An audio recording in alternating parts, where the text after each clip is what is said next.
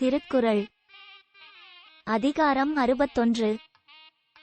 மடியின்மை.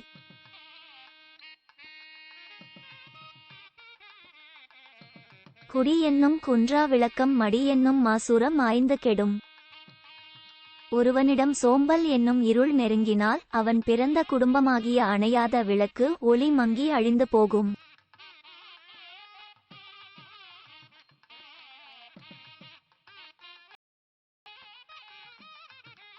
மடியை மடியா ஒழுக்கல் குடியை குடியாக வேண்டுபவர்.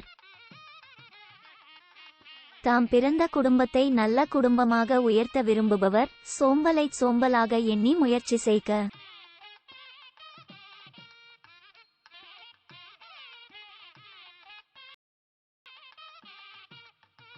மடிமடி கொண்டொழுகும் பேதை பிறந்த குடிமடியும் தன்னினும் முந்து. விட்டுவிட வேண்டிய சோம்பலை தனக்குள்ளே கொண்டு வாழும் அறிவற்றவன் பிறந்த குடும்பம் அவனுக்கும் முன்பே அழிந்துவிடும்.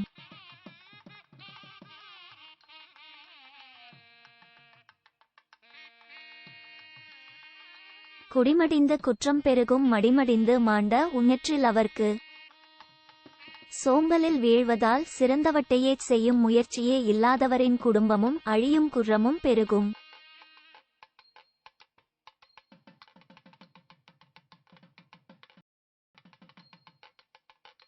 நெடுநீர் மறவி மடிதியில் நான்கும் கெடுநீரார் காமக்கலன். காலம் தாழ்த்தி செய்வது மறதி சோம்பல் ஓயா தூக்கம் இவை நான்கும் அழிவை நாடுவார் விரும்பி ஏறும் சிறு படகாகும்.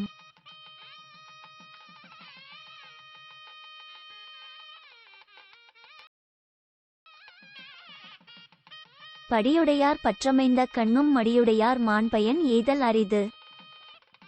நிலம் முழுவதும் ஆண்ட மன்னர்களின் செல்வம் எல்லாம் சேர்ந்திருந்தாலும் சோம்பலை உடையவர் நல்ல பயனை அடைவது அரிது.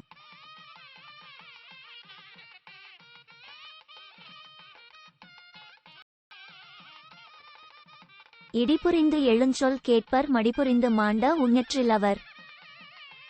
சோம்பலில் வீழ்வதால் சிறந்த முயற்சி செய்யாதவர் நண்பர்களால் முதலில் இடித்துச் சொல்லப்பட்டு பின்பு அவர் இழந்து பேசும் சொல்லையும் கேட்பர்.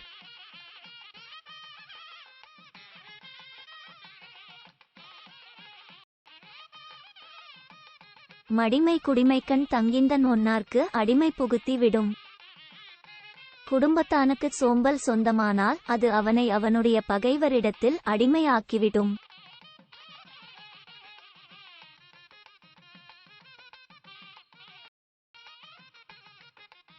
குடியாண்மை யுள்வந்த குற்றம் ஒருவன் மடியாண்மை மாற்ற கெடும். ஒருவன் சோம்பலுக்கு அடிமையாவதை விட்டுவிட்டால் அவனது குடும்பத்திற்குள் வந்த சிறுமைகள் அழிந்துவிடும்.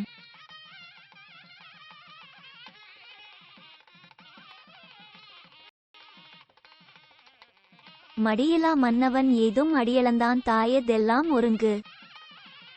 தன் அடியால் எல்லா உலகையும் அளந்தவன் கடந்த உலகம் முழுவதையும் சோம்பல் இல்லாத அரசு முழுமையாக அடையும்.